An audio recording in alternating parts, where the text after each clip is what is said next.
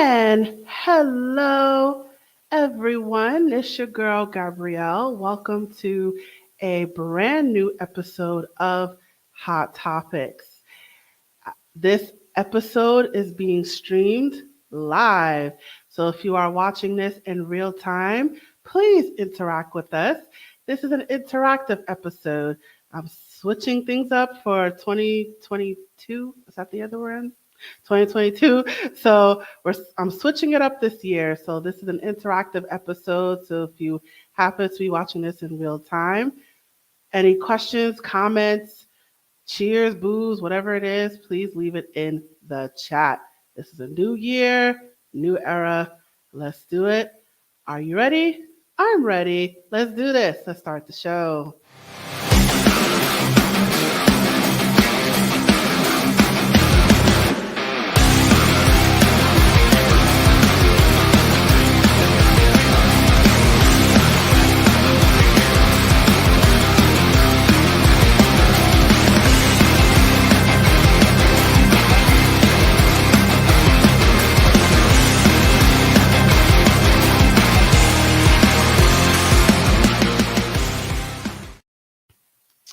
Yeah, so welcome to a brand new episode of Hot Topics. I am very much looking forward to this episode. So, we've been at the game for a while, but in case you're brand new to the game, this is a web series where we like to talk real talk about things in our purview. So, we like to take a single topic and we like to do a deep dive into it using a question and answer format. So, we like to talk about topics regarding mental health, physical health, education, employment, finance, all that stuff, the things that we think about in the back of our minds, but we don't really put a lot of thought into it. This is it. This is the show. This is the real talk where we're going to take all those things in the back of our minds and we're going to bring it to the forefront. So, as we are a step ahead tutoring services, it is our job to educate you. And this is all about, one way or another, it is all about education. And we are here to educate you, and you are here to learn. All right, so let's get into the topic for the show. Our topic for the show is a child of divorce. So I am very much looking forward to this topic. I feel like divorce is one of those things that people don't really talk about. It's I don't know if I want to say taboo, but it might be taboo, it might be shunned, it might make people uncomfortable. So divorce is one of those things, you don't really hear about unless someone is complaining about their ex-spouse.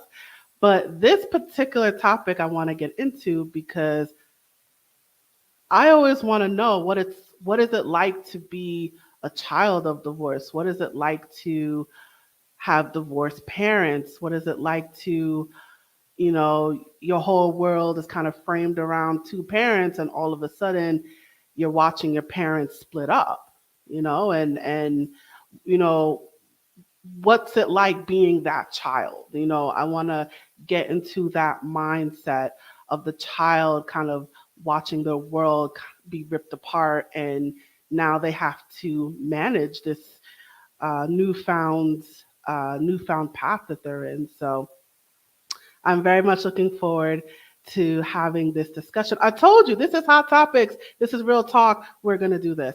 All right. So I have a brave soul with me who's going to help me with this discussion. His name is Michael Overlie, and I want to tell you about him. So let's do this. Who is Michael Overlie? Let me tell you who he is. So Michael Overlie is a lifelong dog fanatic. He has had a gift of connecting with animals since he was a small child. Dogs have been with him most of his life, giving him gifts and teaching him lessons. His greatest breakthrough was after the death of his brother. While grieving this loss, he was fully awakened to his own potential and the gifts our animals bring to our lives. Now he helps other men awaken to the gifts available to them from their dogs. He has dedicated himself to assisting men and their dogs discover their path to living a life of purpose, being extraordinary. Remembering, this is Michael's purpose, his mission on this earth. From helping save lives in a trauma center to doing energy healing work with people and animals, Michael's love for life shines through. He has trained in multiple energy healing modalities and infuses spiritual energy into everything he teaches, providing a safe space for healing and growth to occur. He knows what your dog is trying to show you, teach you. Come join them on a powerful expedition of finding you and remembering who you are. So I'm going to bring Michael to the stage right now. Hi, Michael. How are you doing today? Oh, I'm great, Gabrielle. Thank you so much for having me on. Not a problem. Thank you for having this discussion with me. Oh, it's not an easy one, but yeah, absolutely. Let's go help some folks. Yeah, let's do this. All right. So you have an interesting story to tell about being a child of divorce, and I wanted to have this discussion with you. You have an interesting experience, and I wanted to talk about your story a little bit and dive into it. So if you wouldn't mind, I'm going to pass the baton over to you and I'm going to let you tell your story. Oh my God. Oh my God. Okay. So my parents split when I was 11, 12 years old, but the story begins before that. Um, in our household, we didn't discuss things. We didn't express things. My older brother was sick from the time I was young and had multiple surgeries, learning disabilities, all kinds of things. So my experience back then was of not receiving as much attention as he did because, well, he needed it, right? He had all sorts of things to deal with. So I grew up with this increasing sense of feeling like I wasn't enough or like I didn't matter. It carried on and showed up in many ways. So by the time my parents split, I I was kind of a mess. Kind of a mess. I hid it pretty well though. Um, but when my dad left, it was a surprise. You know, my mom called us downstairs one day, said, your brother, or I'm sorry, your father has something to tell you." And we were like, "Oh, okay, what's going on?" So we go down, and there's a couple suitcases sitting there. And he used to travel for work sometimes, so I figured he was just going on, heading to a conference or whatever. And he couldn't even look us in the eye. So she went ahead and said, "Your father's leaving us." Basically, kicked him out, slammed the door, and we're left there just in dismay and scared. And my older brother and I were crying. It was just like, what the hell just happened? Somehow, after this event, I thought that something I had done pushed him away, and that some of this was my fault, or maybe most of it was my fault. Um, I was the younger brother who acted out. My older brother was calm and quiet and sweet, and that definitely I was not the quiet one. Um, so I felt that somehow this was my fault, and that I somehow caused this. Like, kid brain can't understand all these things and take it in. And I actually thought I'd be better off, and that everybody else would be better off if I wasn't here any longer. So I had this suicidal ideation. I never acted upon it, but I had this in there, and it would come up and come up and come up. Well, we had this amazing dog. His name was Sage, and he could read me like nobody's business. He became my dog very early on. Got him from, I think, when I was around 5 years old. By this time, he clung to me. Um, I would go sit outside and just, and he would just come and lean in against me and just hold that space for me. I would take naps with him and walk with him and talk with him. 'Cause with him, I could share. I didn't know how to share with anybody else. So I was um, never taught that I could, and in some instances told that I shouldn't. So this amazing dog, um, just accepted me right off the bat, accepted me no matter what was going on, even if I was acting like a weenie, if I was grumpy, whatever. Um, if I was sad, he would be there. If I was happy, he wanted to participate in that too. So I just received all these amazing things from him that I didn't realize at the time. I really, really didn't get it. I received it, but I didn't have an understanding or a concept of what was actually happening. So, move on years later, Sage has passed on, and a lot of my insecurities and inabilities to share, discuss, express just moved right along with me in and out of multiple relationships that didn't end on my terms. So until my marriage. And I ended up in that marriage for 14 years. And one day I woke up and I just went, oh, what am I doing? What am I doing? This is not for me. This is not for me. And that's one of the greatest things that I was able to come to. And I had these two amazing dogs at that time. And one of them was kind of an escape artist. And what I got from him was it was time to leave. You need to get out. And he had this habit of escaping the yard, whether it was our house or somebody else's house. He would do these amazing things. And after I moved out, he stopped trying to get out of the yard. I was like, oh wow, that's freaking fantastic. So move on years later, my older brother dies. Now, I hadn't dealt with all my anger. I haven't dealt with all my insecurity, my feelings of unworthiness, low self-esteem. That stuff was still in there, and I'd become pretty angry to this point, and was quick to pop my top. And but I didn't realize how much I was showing up that way in the world. So when my brother died, it just cracked me open, tore me wide open, crying, writhing around in pain. I didn't know what was going on. I mean, people, if anybody would have seen me or heard me, they probably would have sent me to a psych ward. I was releasing so much stuff. And at one point, I realized I don't like who I am. I want to change this. I want to do something about this. And this amazing dog that I had at the time, I watched him go and heal other people during this really sad time. It was fantastic. I was like, what? I couldn't even grasp it. One situation, my mom was down right after my brother passed, and we were both really sad, melancholy, crying. We were sitting on the couch, and I couldn't even talk to her. And my dog goes over, super slow, crawls up on the couch, leans into my mom, and just puts his head under her chin. She needed a hug, right? But I was too in my own space to understand that she just needed a hug. So he went and gave her a hug, and then he sat there, and I felt this amazing energy pour off of him. It was the most amazing thing ever. And that was like this catalyst for change in my life. He was the largest catalyst for change in my life. My brother opened the door, and then this dog took it from there. I started getting into different energy healing modalities, and I started with healing touch for animals. Blew my socks off. Look it up. The woman who runs it is fantastic. Um, and I just kept noticing a little more and noticing a little more and opening a little more and realizing, oh, yeah, we need to work on that. And I'm still doing this.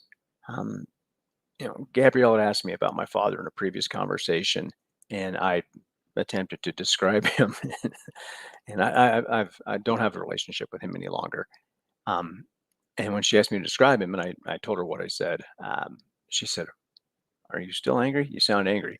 And that was a hot button for me. I didn't realize that I was still carrying even more anger. I thought I had worked through all this stuff. It was fantastic. So uh, it's amazing, folks. It's absolutely amazing. It doesn't matter if you've been in an abusive situation or a neglectful situation, an abandonment situation. Everybody's got something. Everybody's got something in there that we hide, we bury, we're ashamed about. We need to bring that up. We need to bring that forward somehow. And it's not easy. It's not easy, but it's worth it. It's absolutely beautiful. The gifts from that are amazing. And what I'm able to do now is I work with men who are tough to crack, right? We don't want to ask for help. We don't ask for directions, obviously. All these things, we can't show any signs of weakness. We think being vulnerable at all is a sign of weakness. It's not. All these things that I've learned, the situations, my own personal experiences, getting in trouble with the law, a drinking problem, divorce, um, some not so happy times, but I can see them now as lessons. There are lessons in everything that happens, everything that occurs. We usually just can't see what that is. So for the longest time, I had this identity of being, this child from a broken home, and it was a relationship that fell apart, right? So it was the relationship to my parents that fell apart, the relationship between my father and I, my brother and my father, all of that. There were relationships, they fell apart. There was no malicious intent. But when you're a kid, you can't understand these things. So if you're a parent listening to this, I would recommend not hiding everything from your child. You're probably not saving him from a whole lot. My brother and I never knew my folks even argued, let alone fought. They hid all that from us. And then one day, hey, guess what? Your dad's gone. Um, yeah, so much can be healed. So much can be healed. And another thing we don't understand is we're bringing our own stuff forward from our experience, and we may pass that on to our kids. So no blaming and no shaming in that, but be more aware. If you just give yourself a little more awareness on what you're bringing into the world with your speech, with your body language, how you treat other people. This is huge. Right? We get caught up on our own moments. We have trouble tempering that or even realizing where we're at. So be patient, be gentle. Um, and if you got a dog, spend time with your dog. They're masters. They're masters of Zen.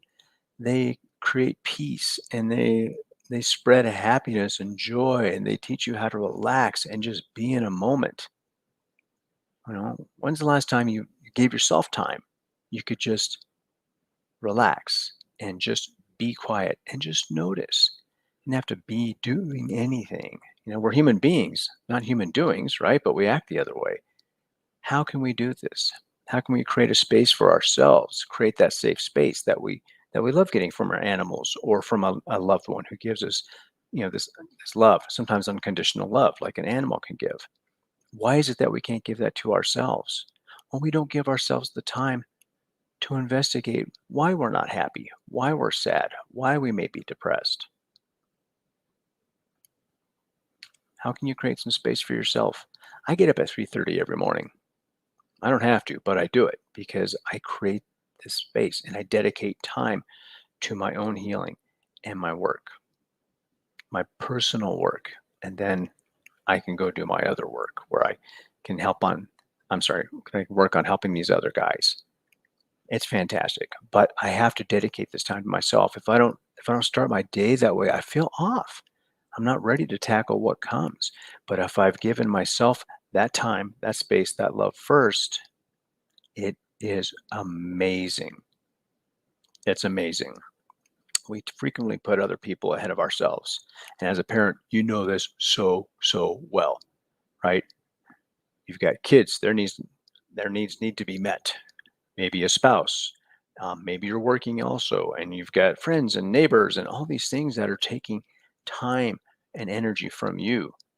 But if you don't pay yourself first, your tank's going to get empty. You're going to have a hard time. You're going to say things and do things you may not want to that you regret later. So how do you stop that now? You can make a tiny little shift, a little 1-degree shift in how you show up. You try one thing a little differently. Large, gigantic, sweeping changes don't last. Think of New Year's resolutions. They don't work. Tiny little shift. Do that. Allow yourself to be uncomfortable in that for a little bit, and that creates its own power. and you can make another little tiny shift. Being that maybe you screw up and you have to move back one, that's okay. Nobody goes forward, straight forward all the time. There are no straight lines in life. Everything's a zigzag. Sometimes you double back, circle, drop, but we don't think that that's okay. We're not allowed to express ourselves in a way that is just truly ourselves because we have all these different identities, all these expectations that are put on us. Mother, father, teacher, preacher, your boss, whatever. There are all these different ways in the world that we're expected to be. And when we're given that at a young age, that is a way of telling us, or we take it in this way, that we're not good enough. Oh, I have to do what he says because he knows better. Oh, I have to do what she says because she knows better. I obviously don't know better. So you know what I mean? So this just builds up over time. Some people deal with it better. I didn't deal with it very well at all. So I allowed everybody else's opinion and ideas and identities of who they thought I should be direct my life. Yeah, didn't work out so well. Did not work out so well. So now I'm trying and I'm working on it and I'm trying to heal myself and I'm trying to help others learn how to do the same for themselves. And I continue to spend time with these amazing animals. And I love working with guys and their dogs. There's nothing like it on this planet. Nothing. All right. Anybody out there got a question for now? Thank you. Thank you for that amazing story. So I have a question. Yeah. So it sounds like you, I guess th- your, it sounds like you had like a number of dogs, 3 Hmm. dogs, 4 dogs. Um, so you look to them for healing. It sounds like because a number of things happen to you. So you have your parents splitting up, and then your brother dying, and Hmm. all your personal divorce, Hmm. and a number of things happened one after the other, and you had these dogs that soothed you and spoke to you, and so it sounds like the dogs that you had brought you of a sense of peace, and it gave you that emotional connection you were looking for. Is that Hmm. fair to say? Oh, absolutely. Absolutely. Um, I think initially I wanted, you already said the word soothing. I wanted comfort. I wanted to be comfortable. I didn't want to hurt. And I was able to receive from these dogs this immediate acceptance. Like they didn't care how I wore my hair, what my shoes looked like, or if I was wearing jeans or shorts. None of that matters. They just wanted to be there and show up regardless of what was going on with me. They were able to be there and hold that space for me. And that's something that we don't learn how to do so well for other people. We want to give advice. We want to say, oh, here, try this. You should try this, or you should go here. You should call this guy. It's tougher for us to just be quiet and sit in that space. Maybe hold somebody when they're crying. There's a special forces guy I work with. I held him while he just bawled his eyes out. He could never let his men see him like this. He can't let his family see him like this. He doesn't share these things with anybody. But I hold this safe space for him, and he can actually open up. It's amazing. So you bring up an interesting factor in about men and expressing emotions and being open. So was that a challenge? Well, it sounded like that was a challenge for you growing up as well. Is that also fair to say? Oh, absolutely, absolutely. I wasn't able to. I didn't know how. Even if I knew how to express how I was feeling, I couldn't describe it. Um, and it was definitely not encouraged, let's say, in our household. And not that there's any malicious intent by my parents, but that's how they were raised, you know? So the first dog you had him when he was 5. So you had him before your parents split. So how is the relationship with your dog before the split? So, um, maybe I misspoke.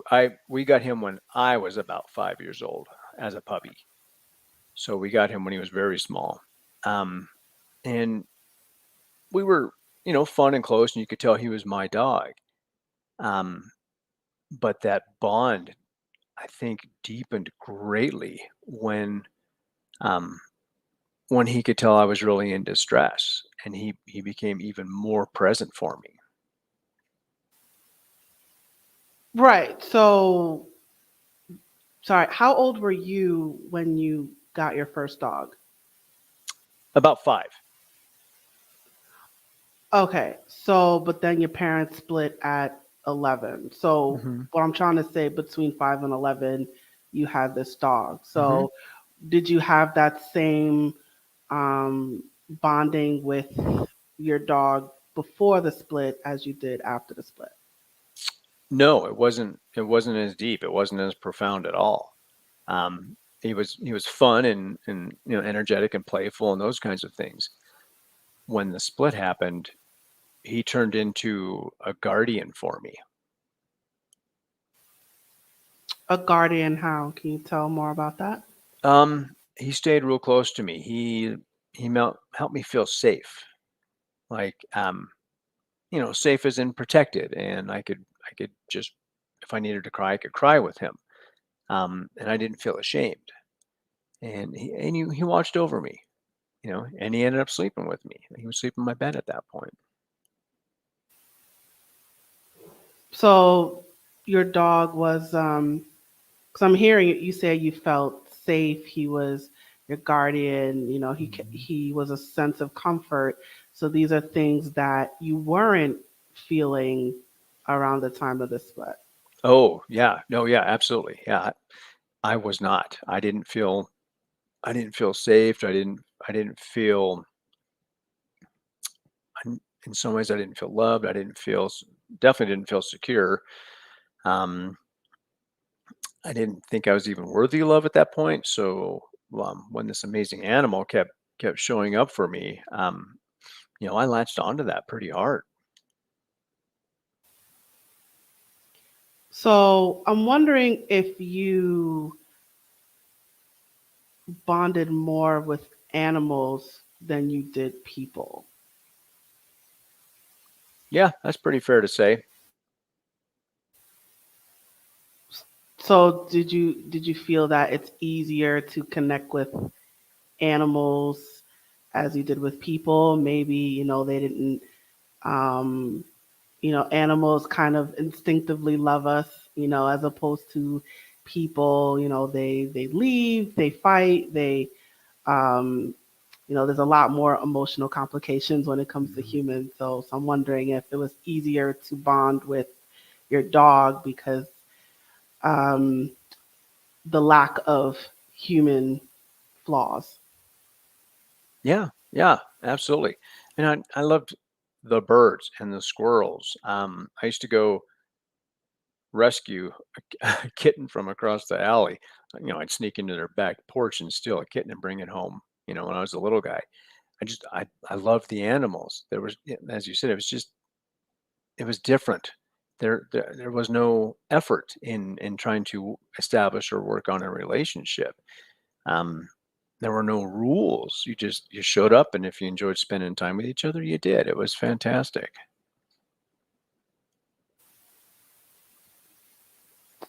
So, hmm. So, what about your personal divorce? It sounded like you had two dogs. Hmm. So, what did you feel a lack of safety, a lack of comfort in your in your own marriage? Absolutely. Um, it's interesting. The woman that I married, she's smart and talented and hardworking. She was just amazing in those areas, but she was, insecure in her own ways and needed constant attention, reassurance, um, and there were financial stuff around that, a lot of financial issues wrapped up in all of that. I was unable to say no when I would have benefited us. I was unable to stand up for myself. Um, the times that I tried, conversations didn't go well. Um, and yeah, it was fascinating. I didn't feel safe and secure there either. I had this need to feel needed. I wanted someone to want me or need me in their life. So that desire to please was very strong. And yeah, and then one day I realized that I was no longer taking care of myself, and everything I had was going towards this other person, and it was completely harmful to myself. So, when you felt that way in your own marriage, Mm. the dogs to the side, did you reach out to your parents? I'm not sure if your brother was alive during this time. Did you reach out to your brother, your friends, a teacher? I want to see if you had any other kind of human. Did you reach out to other people before Gotcha. you put it to the dogs? Um, I did. I did. I had a neighbor who I'm actually still now really good friends with, and he and I could actually talk and share because we were both kind of tough guys, so we couldn't express with other folks. I even sought professional help, and I thought maybe if I was able to talk to somebody and work some things out, um, it might help me, gain perspective or whatever it is. And at that time, all they wanted to do is put me on medication. You're depressed. You need to go on a pill. So that didn't really help, and that really turned me off of mental health professionals for some time. And I realized it was just that one person and that one hospital's policy, but that really didn't help. But luckily, I had the foresight enough to like, okay, I'm okay. Um, maybe I can do this. I can try that. And then I started spending more and more time with my dogs. I would take them to a lake and fetch in the water and spending time with them and thinking, okay, I'm okay. I'm safe. I feel okay here. And do you have a dog now? I do. I do. Her name is Indigo. She's a Belgian Shepherd. And when did you get this one? Just in October. Oh, it's a newbie. Okay. Yeah. So, if we could if bring it back to your parents a little bit. So how are things how are things now with your mom and your dad? Um, with my mom, good. She is she's fantastic. Um, she's willing to talk about things even when they're really, really uncomfortable. And she's able to share things with me, even though it might be really, really uncomfortable. So we've just had this amazing healing of our relationship. And there was long periods of time when I was younger that we didn't talk. Um, so when I moved to Fort Collins from Longmont, this is in Colorado, north of Denver, um, I had moved to Fort Collins and had her move up here with me. We ended up moving in together. And it's been hard, right? And all these things from all these years came up, and we've been able to work on them, and it's amazing. It's absolutely fantastic. So I feel very fortunate in that regard. Relationship with my father, yeah, not so good. So I had walked away from the relationship before, and then he popped back up on the radar one day and called me and says he was actually moving into the area, and I was like, okay, try it again. I'm willing. I'm more mature. I got better skills now. Let's try this. And same kind of result. Yeah, I felt like I didn't matter again and still with him. And so I've basically cut that one off. So again, you felt the same emotions that you felt when you were a child, a lack of Hmm. safety, a lack of comfort, a lack of love. Yeah, lack of love, lack of acceptance, lack of understanding. Yeah. But you got those things from your mom. Yes, from that relationship. So I haven't reached a point where I'm completely self-loving and my self-esteem is unshakable. Um, there was something about that relationship with my dad. I've been chasing that my whole life. So the thought that, okay, maybe this is the chance, maybe this is the time, got right back in there. And so I created an expectation, kind of how I look at it, that was not realistic. And yeah, and I got let down and hurt again. And is this where the dogs came in? Um, yeah, I mean, yeah, the dogs are awesome. Although when this happened, it was just before I got Indigo. Darby, who was the big catalyst for change, passed away in May. So I was without a dog for several months, and but I wanted to grieve that. I wanted to feel that. I didn't want to feel like I was replacing him. You can't replace a relationship. Um, so I wanted to go through all that, and I wanted to feel all of that, and remember everything he taught me. And that actually spurred me to finish my book. Um, so yeah, yeah, no accident there. But Indigo came, and she's teaching me a whole other set of lessons. Like what? Can you give an example? Oh yeah, patience, big time. I'm of a school where if you wanted something to happen, you go and make it happen. Just you go and you head down and you bust through walls and you just work, work, work, work, work, work.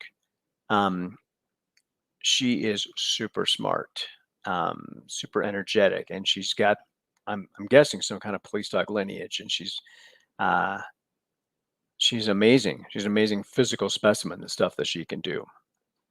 She's also very strong-willed, and I don't know her full history. And there's some, I know she's been bounced around through different shelters and foster care and everything else. So working with her to create more of a symbiotic relationship in the house. And then when we go outside and are around other animals, I've had to be really patient and realize that I wasn't being respectful of her. I was like, no, I'm the human and you're the dog and we will do it this way. And um, yeah, she's taught me a lot already. It's amazing. So you were trying to be like I guess, the dominant owner, and your dog was not having it. Yeah. Yeah. So my my last four dogs, Indigo is the fourth, were all from a rescue situation, and I worked with them, worked hard and trained and did this and that. And, um, I came into this relationship with her thinking, okay, I got this. I've done this a bunch of times. I know exactly what to do, and it wasn't working. And then I get frustrated. And yeah, one day I got from her when I was out on a walk with her. She's like, "You're not listening to me." It's like, oh, okay. And what did you take from that interaction? I had to dig into that a little bit. I'm like, okay, what are my expectations and why am I expecting that right now? So I'm like, okay, I don't know, you know, who she is, where she came from, in a longer term sense, and what does she actually need right now? That's what I wasn't asking. What did she need, not what did I want? Um, and so that I realized that I would get fired up, my energy was off, and she would feel that and get weird and skittish, and um, yeah, it's been interesting already. So it sounds like your dogs were kind of filling these emotional holes that you had. So we were talking about the lack of safety, the lack of Mhm. comfort, the lack of love, attention, and particularly being rescue dogs, it sounded like they challenged you. And so you have to react, and you have to react to situations that are out of your control. So Mhm. it sounds like all of these, um, the emotional needs that you felt you didn't get, you were getting from your dogs, but also you were learning how to deal with challenges, how to deal with the unexpected, how to deal with Mhm. different personalities, how to grieve, because eventually, your dogs died. So, how do you deal with that? And having four different dogs, well, the first three, I assume, died. Um, so you had to, so these dogs not only gave you the emotional support that you needed, they also taught you how to deal with life. Yeah, yeah. I mean, exactly. I think you just wrote my book. So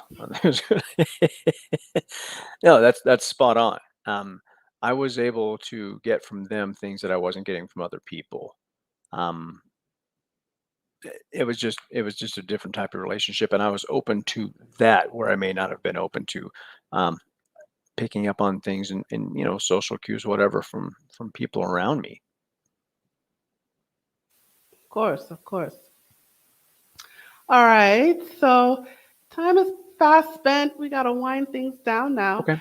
So, do you have any final words of advice that you want to give to our viewers? Any words of wisdom that you Hmm. would like to leave, to impart, to share your legacy? Yeah, you guys be gentle with yourselves. Things are really, really strange right now, and I don't know if we'll ever have a normal again. Um, and things are going to continue to change. So just understand that, roll with it, and be gentle with yourselves and the people around you as you go through it. People are having a hard time right now. So be a little kinder. Open a door for somebody. Buy someone a cup of coffee that you've never met before. Just little things. Make yourself happy. Be gentle. Feel good. Awesome. And any advice in regards to children, to children with divorced parents, or maybe how do parents talk to their children about divorce? Mm. Can you touch on that in terms of any words of wisdom you'd like to share? Yeah, and I barely touched on it before. When we hide things from the kids to save them from the pain or whatever, we're not really preparing them for these things that are coming up later in life. Um, they may not understand it, but if you're honest with them and say, "Hey, look, mom and dad can't do this anymore. Or, daddy's moving out, and we can't get along." That there's going to be a lot of why, but there's not. You don't have that shock factor. Um, so yeah, talk to your kids. Tell them how to express themselves.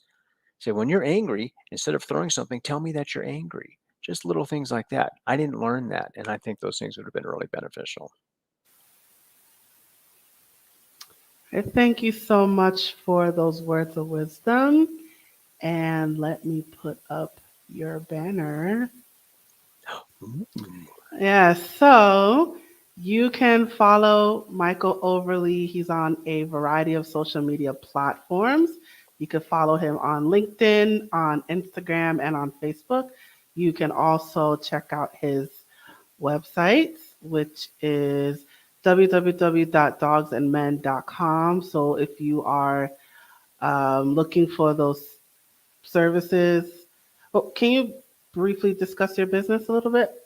Oh, absolutely. So, um, simplest way to put it is I'm a life coach, but I'm a life coach in a different way. I utilize people's dogs to help them have a breakthrough so that they can move forward instead of feeling stuck and angry and insecure and broken. So I help these guys find a different way forward that most people can't figure out for them. Hmm, awesome. So if you're looking for that type of life coach, definitely reach out to him. His contact information is scrolling below. And I want to make sure we get this before we close. You have a book that you want to promote. Can you tell us about your book? Snuck it in there. Can everyone see that right there? Sneaky. So let your dog lead. So it's a short book, but it's kind of an invitation to to be a different way, and some steps that you can take through doing some work. You can't just flip through this thing and go, all right, we're good. Um, it's an invitation for guys to live a different way. And I've had women read it too and just go, wow, that's really amazing. And spend time trying to remember who you actually are, not all of these other things, the thousand veils that have been put in front of your identity of who you really are. That's what this book invites you to do. And where can people get your book? Oh, yes. It's on Amazon, and there's a Kindle and a paperback version. It's on Barnes and Noble, also available through Ingram. So if you like your indie bookstore, you can order it through them as well. Fabulous. So definitely go get that book, you guys. Okay, Michael, thank you so much for joining me today. It was a privilege to have you here on my show. Thank you, Gabrielle. I love the work you're doing. Keep it up. Thank you. Thank you. Thank you. All right, I'm gonna place you backstage. And it's just you and me, guys. So let me put up my banner. Fabulous. So we have reached the conclusion of our episode. Thank you so much for joining us today. As a reminder, we are a Step Ahead Tutoring Services. So please check out our social media for more videos and clips. And don't forget to like, share, subscribe, and follow. Definitely follow and definitely share. So whether you're watching this on Facebook, Twitter, or YouTube, wherever you are, definitely hit that subscribe button, hit that like button, and give us share. Definitely share this message. And let us know what you thought about this episode by leaving a comment in the comment section below. And if you would like to learn more about A Step Ahead Tutoring Services, you can check out all of our social media, and you can also visit us online. Our website is www.astepahead. I think something's on my face. stepaheadtutoringservices.com. So definitely check us out if you want to know about our services, our workshops, or anything else that we have to offer. And I'm going to share this last message before I run away. Hey there, have you heard of us? We're a small team of tutors here at A Step Ahead Tutoring Services. We believe that education and information should be accessible to everyone, regardless of income, race, or creed. We're dedicated to making this happen, but we need your help. Please consider making a donation to our company. No amount is too small. Your donation will allow us tutors to remain employed, offer free and low-cost services, put on productions like this web series, and reach out to families nationwide. With your help, we can tackle the academic challenges of our students and the emotional, mental, and behavioral changes that result from these challenges. As a bonus, we can improve our communities in the process. Support us today. Note: we're a for-profit company. We're not a charity. Your donation may not be tax deductible. Please consult a tax professional.